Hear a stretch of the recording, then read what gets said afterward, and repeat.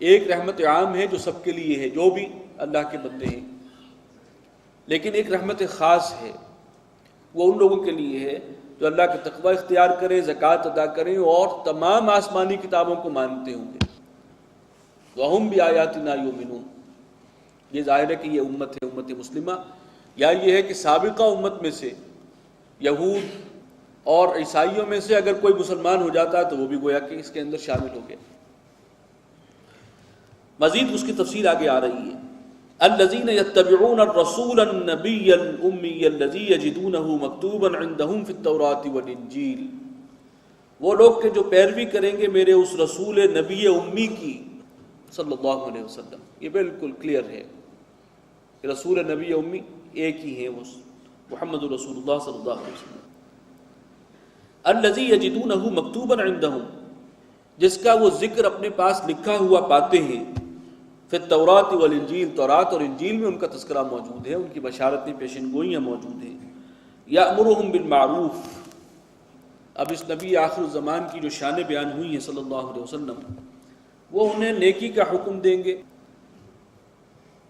دوسرے لفظوں میں وہ جس چیز کا حکم دیں گے وہ خیر اور نیکی ہوگا۔ وَيَنْهَاهُمْ عَنِ الْمُنْكَرِ، اور ہر منکر سے، برائی سے منع کریں گے۔ دوسرے لفظوں میں پھر اسے میں بیان کروں گا، جس چیز سے انہوں نے منع کر دیا، روک دیا، وہ شر ہے، وہ منکر ہے، وہ ہے ہی خرابی۔ وَيُحِلُّ لَهُمُ الطَّيِّبَاتِ، اور تمام طیب چیزوں کو، حلال اور پاکیزہ چیزوں کو جائز قرار دیں گے، حلال کر دیں گے۔ وَيُحَرِّمُ عَلَيْهِمُ الْخَبَائِثَ، اور تمام ناپاک چیزوں کو وہ حرام قرار دیں گے۔ یہ اس کا جو حتمی فیصلہ ہے اور اس کا اصل تعین جو ہے وہ نبی آخر الزمان آ کر کریں گے صلی اللہ علیہ وسلم۔ اس سے پہلے کچھ اختلاف رہا، کسی نے کیا کہا، کسی نے کچھ کیا، فیصلہ بالکل جو ہے وہ آخری انہوں نے کرنا ہے۔ وَيَضَعُ عَنْهُمْ إِصْرَهُمْ وَالْأَغْلَالَ الَّتِي كَانَتْ عَلَيْهِمْ، اور ان سے ان کے وہ بوجھ بھی اتاریں گے اور وہ توق بھی ان سے الگ کر لیں گے جو ان کے اوپر پڑے ہوئے تھے۔ اب یہ بڑی وضاحت طلب ہے یہ الفاظ کہ نوع انسانی کے اوپر جو توق اور جو بوجھ، ناروا بوجھ پڑے ہوئے ہیں، ان سے نوع انسانی کو نجات دلائیں گے۔ یہ بہت سے توق ہیں اور بہت سے بوجھ ہیں۔ ایک توق جو ہے وہ غلامی کا ہے، اس معنی میں مذہبی غلامی ہے، مذہبی استحصال ہے کہ اللہ تعالیٰ تک پہنچنا چاہتے ہو تو درمیان میں کچھ واسطے ہیں، ان کو خوش کرو، نظر نیازیں چڑھاؤ، انہیں نذرانے پیش کرو، تو پھر تمہاری رسائی اللہ تک ہو سکتی ہے۔ یہ ایک بہت بڑا بوجھ ہے، توق ہے، اس سے بھی نجات دیں گے۔ اذا سألک عبادی عنی فانی قریب، اے نبی جب آپ سے میرے بندے میرے بارے میں پوچھیں بتا دیجئے میں قریب ہوں، اجیب دعوت الداعی اذا دعان، ہر پکارنے والے کی پکار کا جواب دیتا ہوں، سنتا ہوں، قبول کرتا ہوں، جب بھی پکارے، بیچ میں کسی واسطے کی ضرورت نہیں۔ کیوں خالق و مخلوق میں حائل رہیں پردے، پیران کلیسا کو کلیسا سے اٹھا دو۔ اسی طرح ملوکیت کا ایک بہت بڑا ظلم تھا، اس ملوکیت سے نجات دلائی یہاں حضور صلی اللہ علیہ وسلم۔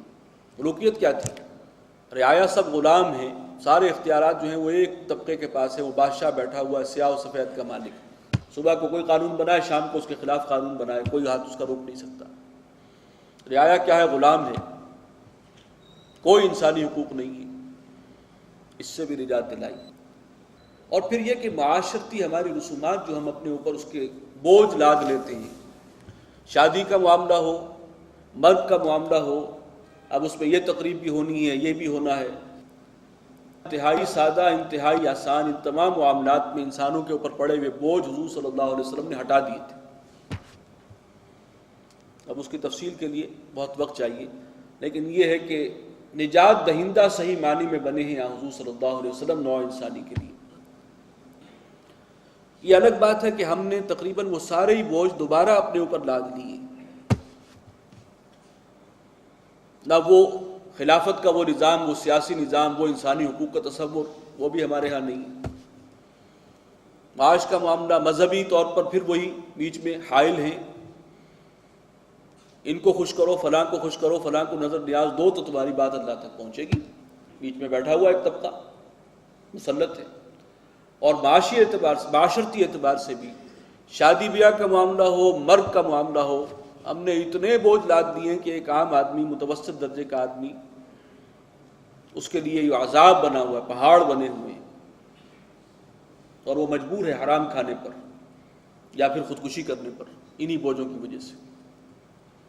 تو یہ ہمارا المیہ ہے کہ جو حضور صلی اللہ علیہ وسلم رحمۃ للعالمین بن کر آئے تھے، ہمیں بوجھوں سے نجات دلائی تھی کہ ہم آگے پوری نوع انسانی کو نجات دلائیں، وہ سارے بوجھ ہم نے پھر دوبارہ اپنے اوپر لادے ہوئے ہیں۔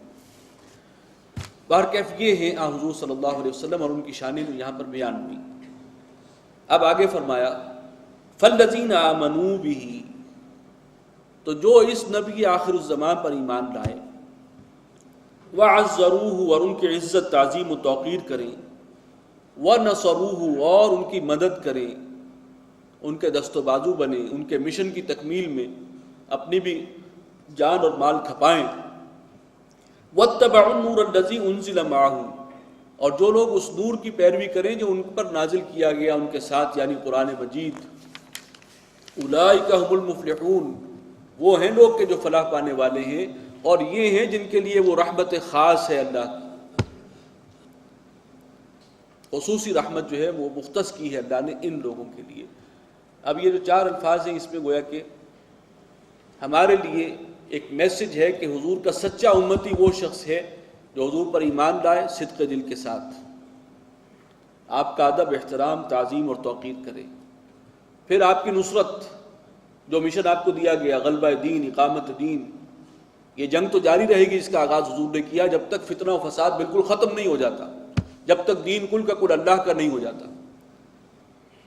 اس کے اندر جو اپنی جانیں اور مال کھپائیں، تن من دھن لٹائیں، وہ ہیں جو حضور صلی اللہ علیہ وسلم کے دست و بازو ہیں، اس مشن میں آپ کے ساتھی ہیں۔ اور پھر یہ ہے کہ اس قرآن کو اپنا امام اور رہنما اور ہادی بنائیں، اس کی پیروی کریں، اس کو مضبوطی سے تھامیں، اس کے حقوق کو ادا کریں۔ یہ چار شرطیں جو پوری کرے گا وہ حضور کا سچا امتی ہے صلی اللہ علیہ وسلم، اور وہ اللہ کی رحمت خاص کا مستحق ہوگا۔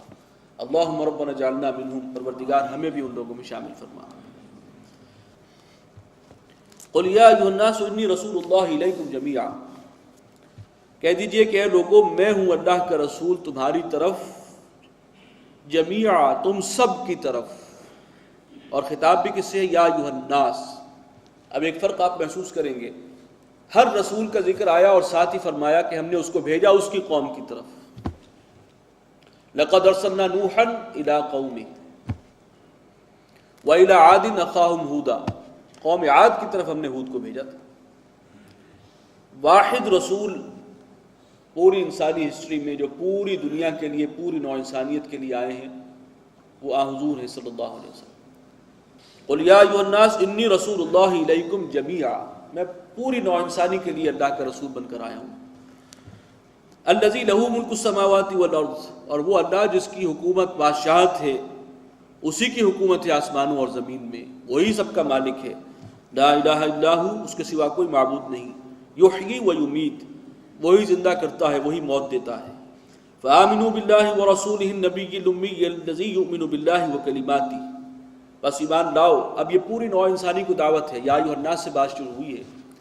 بس ایمان لاؤ اللہ پر اور اس کے اس رسول نبی امی پر جو یقین رکھتے ہیں اللہ کے کلمات پر، اللہ پر اور اس کے تمام کلاموں پر، کلمات پر۔ واتبعوہ، اور ان کی پیروی کرو، ان کو فالو کرو، ان کا اتباع کرو، لعلکم تہتدون، تاکہ تم صحیح ہدایت پر گامزن ہو سکو۔ ومن قوم موسیٰ امۃ یہدون بالحق، یہ حضرت موسیٰ علیہ السلام کی دعا کے حوالے سے حضور صلی اللہ علیہ وسلم کا تذکرہ آیا۔ وہ رحمت کی انہوں نے دعا کی تھی کہ پروردگار ہمیں عطا کر، تو فرمایا کہ رحمت خاص تو میری ان کے لیے مخصوص ہے۔ ومن قوم موسیٰ، اب دوبارہ پھر ذکر ہو رہا ہے قوم موسیٰ کا۔ امۃ یہدون بالحق، موسیٰ کی قوم میں سے بھی ایک گروہ تھا کہ جو حق کے مطابق رہنمائی کرتا تھا لوگوں کی، ان میں نیک علماء بھی تھے، اہل حق بھی تھے۔ وَبِهِ يَعْدِلُونَ، اور اسی کے مطابق وہ انصاف کرتے تھے۔ وَقَطَّعْنَاهُمْ اثْنَتَيْ عَشْرَةَ أَسْبَاطًا أُمَمًا، اور ہم نے ان کو 12 خاندانوں میں الگ الگ جماعتیں بنا دیا۔ 12 قبیلے تھے بنی اسرائیل کے، حضرت یعقوب کے 12 بیٹوں سے وہ 12 قبیلے چلے۔ وَأَوْحَيْنَا إِلَى مُوسَىٰ إِذِ اسْتَسْقَاهُ قَوْمُهُ،